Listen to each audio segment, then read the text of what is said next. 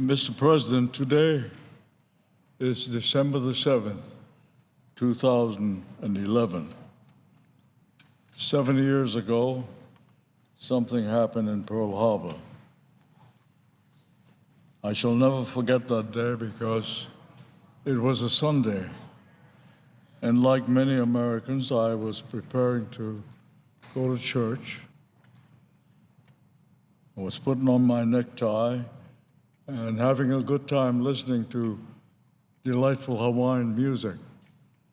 Suddenly, at about this time, 7:55, the disc jockey in charge of that program began screaming, yelling into the mic.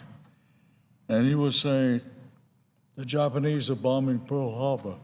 He kept on repeating that. And for a moment, I thought it was a repeat or a replay of Orson Welles, if you recall that program that was a mighty hit in the United States. Well, he kept on doing this for about 5 minutes, no music, just screaming. And so I decided to take my father out on the street and look towards Pearl Harbor. And you could see these black puffs. They were anti-aircraft shells. And then you knew what was happening.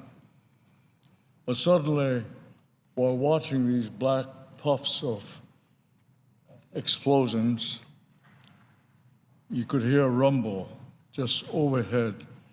And there were 3 aircraft. They were pearl gray in color and red dots on the wing. I knew what was happening, and I thought the world had just come to an end. Just about 2,400 American sailors and soldiers and non-combatants died that morning. I was a young man of 17 at that time, but I was also a volunteer medical aid man. And we had a little aid station, temporary one, set up at the elementary school called Lunalilo. And so I rushed there to respond to the call of duty, and I stayed there for about a week, taking care of the wounded and the dead, because we also maintain a morgue in our school premise. I became familiar with the cost of war, not the full cost, but I knew what was happening. That war was much more than just blood and guts. Mr. President, we have an extraordinary Constitution. We have an extraordinary set of laws. But throughout the history of mankind, not just the history of the United States, but the history of mankind, war has always provided some justification to leaders to set aside these laws. For example, on just about Christmas Eve of 1941, about 3 weeks after December the 7th, the United States government made a decision, and that decision was to provide a new designation for Japanese residing in the United States, citizens and non-citizens like my father. And the designation was 4C. Mr. President, as you know, 1A means you're physically fit, mentally alert, and you can put on a uniform. 4F, something's wrong with you. 4C is the designation of an enemy alien. Just imagine that, enemy alien. This was used as one of the justifications to round up over 120,000 Japanese, most of them Americans of Japanese ancestry, and placed them into these internment camps. There were 10 of them throughout the United States in very desolate areas: Arkansas, Arizona, Utah, out in the deserts. And their crime was that they were enemy alien. None of them had committed any crime. Investigation after investigation disclosed that.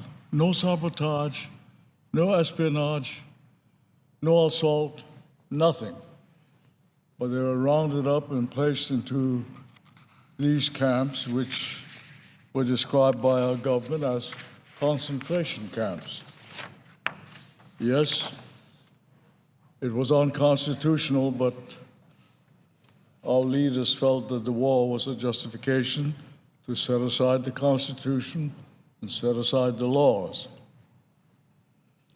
Well, many of us, who, especially the young ones, were very eager to demonstrate to our neighbors and to our government that we were loyal, that we wanted to do our part in this war, and if necessary, put our lives on the line.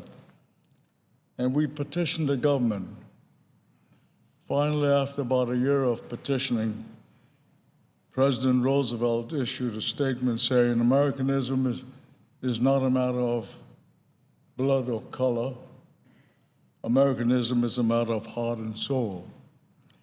And he says, okay, form a volunteer group, and that was done. We trained in Mississippi, and we did our best.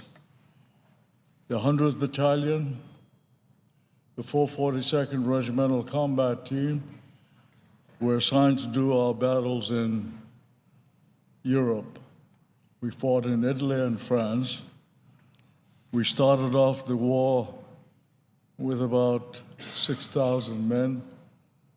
At the end, over 12,000 had gone through the ranks. So you can imagine the casualty rates. We had about 10,000 Purple Hearts for all the wounds that they received. And we were told that these two units became the most decorated in the history of the United States.